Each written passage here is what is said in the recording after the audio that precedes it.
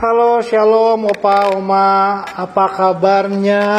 Ya, akhirnya ini adalah ibadah online kita yang pertama ya, Bapak Ibu ya.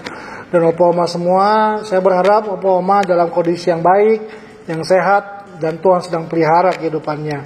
Sudah nggak berasa hampir 1,5 tahun kita nggak ketemu gitu ya, sudah nggak ada ibadah lagi dan akhirnya kami memutuskan untuk memulai ibadah ini secara online. Jadi saya berharap opa oma bisa belajar firman Tuhan bersama-sama, bisa diberkati oleh firman Tuhan bersama-sama, merasakan hadirat Tuhan bersama-sama. Baik mungkin di rumah masing-masing kita terbatas dengan layar dan semuanya, tapi tetap dalam kondisi apapun Tuhan baik, Tuhan tetap menjaga dan memelihara kehidupan kita semuanya. Amin Bapak Ibu ya, dan opa-oma semuanya. Nah, hari ini saya akan membacakan sebuah ayat dari kitab Roma pasal yang kelima, ayat yang ketiga sampai ayat yang kelima. Sekali lagi, kitab Roma pasal yang kelima, ayat yang ketiga sampai ayat yang kelima. Dikatakan seperti ini. Dan bukan hanya itu saja, kita malah bermegah juga dalam kesengsaraan kita. Karena kita tahu bahwa kesengsaraan itu menimbulkan ketekunan. Dan ketekunan menimbulkan tahan uji. Dan tahan uji menimbulkan pengharapan. Dan pengharapan tidak mengecewakan.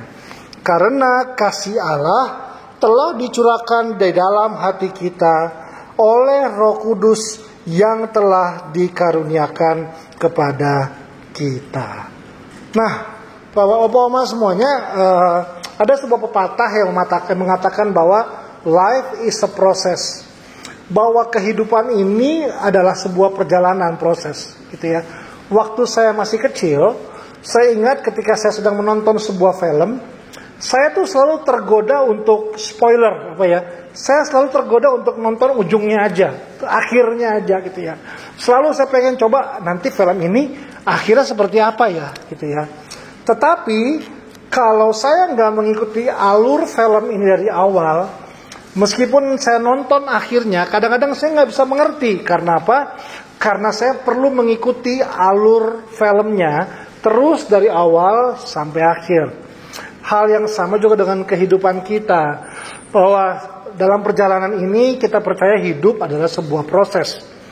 Dan pada ujungnya ada sebuah tujuan. Jadi ada dua hal yang penting. Yang pertama namanya tujuan. Kita tahu semua di dalam Kristus Tuhan punya rencana sampai akhir tua kita. Ada sebuah tujuan dalam perjalanan kehidupan kita, yaitu kita akan serupa dengan Kristus. Tapi juga ada yang kedua namanya proses. Nah, coba Opa Oma bilang proses gitu ya. Nah, proses inilah adalah peristiwa-peristiwa yang terjadi dalam perjalanan kehidupan kita. Nah, firman Tuhan lagi tadi berkata, Paulus berkata seperti ini. Dan bukan hanya itu saja, kita malah bermegah juga dalam kesengsaraan kita. Nah, cukup menarik ya. Paulus bilang begini, kita bermegah dalam kesengsaraan. Nah, coba bayangkan. Orang biasanya kalau sengsara dia bermegah atau marah atau sedih gitu ya. Orang lebih suka sedih. Biasanya orang waktu mengalami kesengsaraan dia merasa sedih, dia merasa nggak layak, dia merasa susah. Tapi firman Tuhan bilang justru dalam kesengsaraan kita perlu bermegah. Kenapa? Firman Tuhan bilang karena kesengsaraan kita akan menimbulkan ketekunan.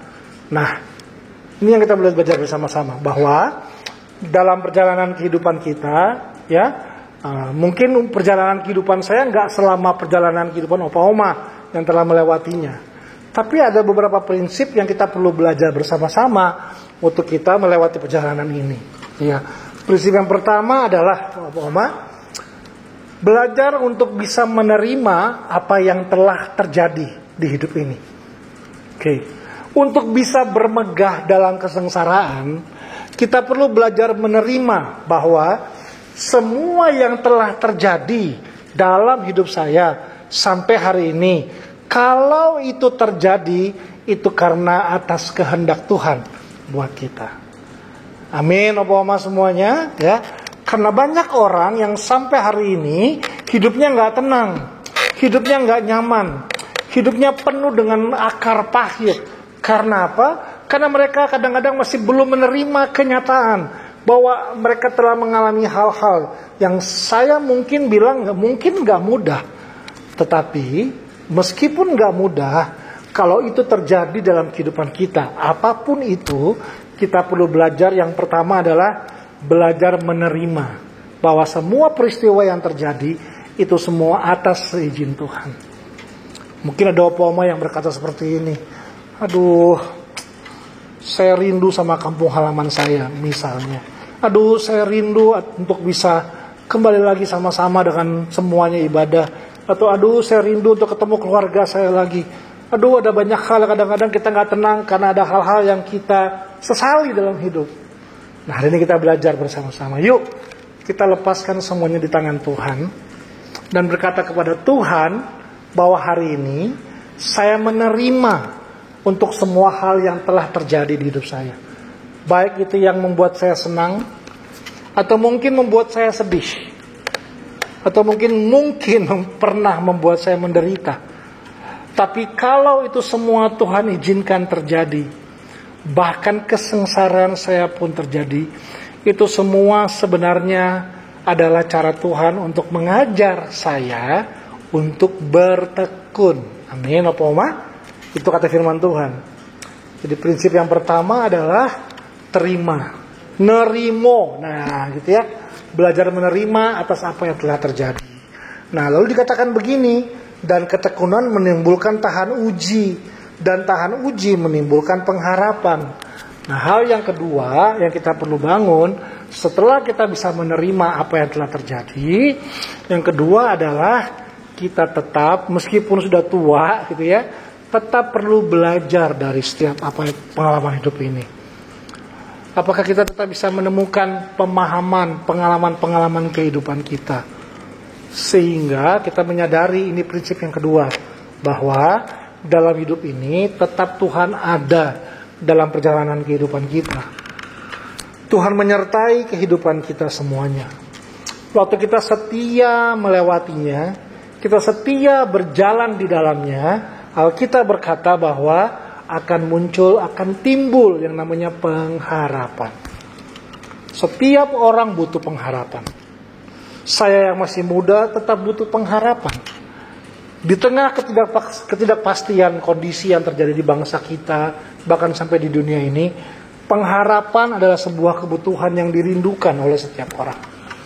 Saya berharap di rumah Opa-Oma masing-masing, dengan apapun yang mungkin sedang Opa-Oma hadapi hari ini, jangan putus harapan. Amin. Karena pengharapanlah yang akan memberikan kekuatan buat kita. Pengharapan artinya begini Opa-Oma, kita tetap percaya bahwa hari esok akan lebih baik. Amin. Kita tetap percaya bahwa hari esok Tuhan juga ada menyertai kehidupan kita. So, hal yang kedua adalah menyadari bahwa Tuhan ada di dalam perjalanan kehidupan kita. Setialah berjalan, setialah tetap terus melewati perjalanan kehidupan ini. Saya tahu ada banyak yang kita semua mencoba untuk beradaptasi dengan kondisi yang baru ini ya. Susah ketemu orang, gak bisa kemana-mana, bahkan kadang-kadang kita rasa takut dan semua. Tapi tetaplah punya harapan, Opa-Oma. Dan harapan itulah jadi kekuatan dalam kehidupan kita.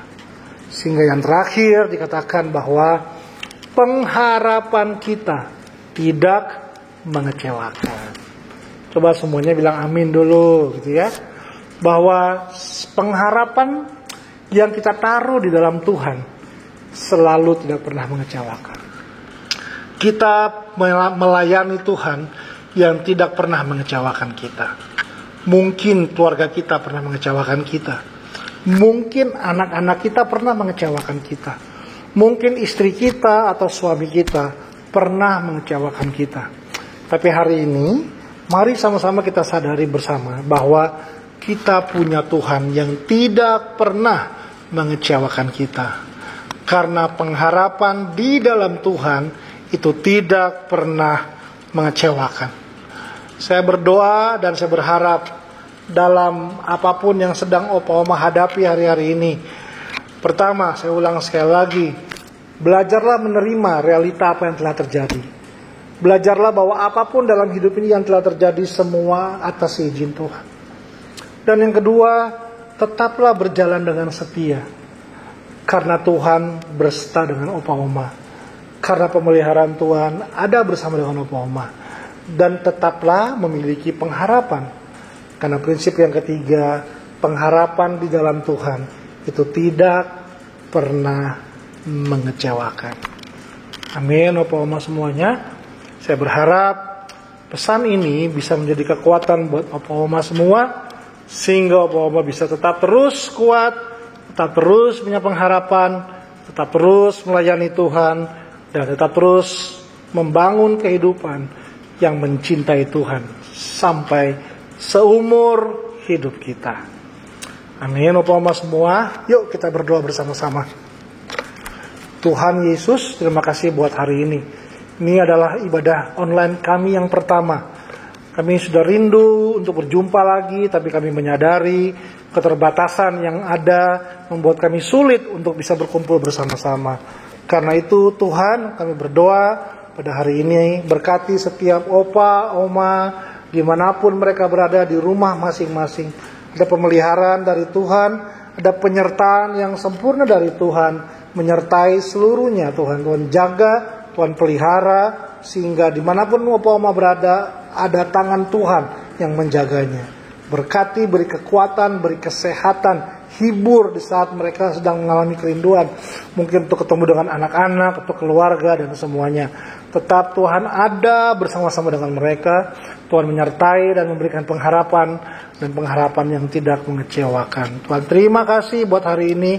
Kami bersyukur buat kesempatan bisa beribadah secara online. Berkati semuanya. Kami menyerahkan hidup kami, harapan kami, masa depan kami ke dalam tangan kasih Tuhan. Di dalam nama Tuhan Yesus kami naikkan doa dan syukur kami. Haleluya. Sama-sama kita berkata, amin. Tuhan memberkati Opa Oma semuanya.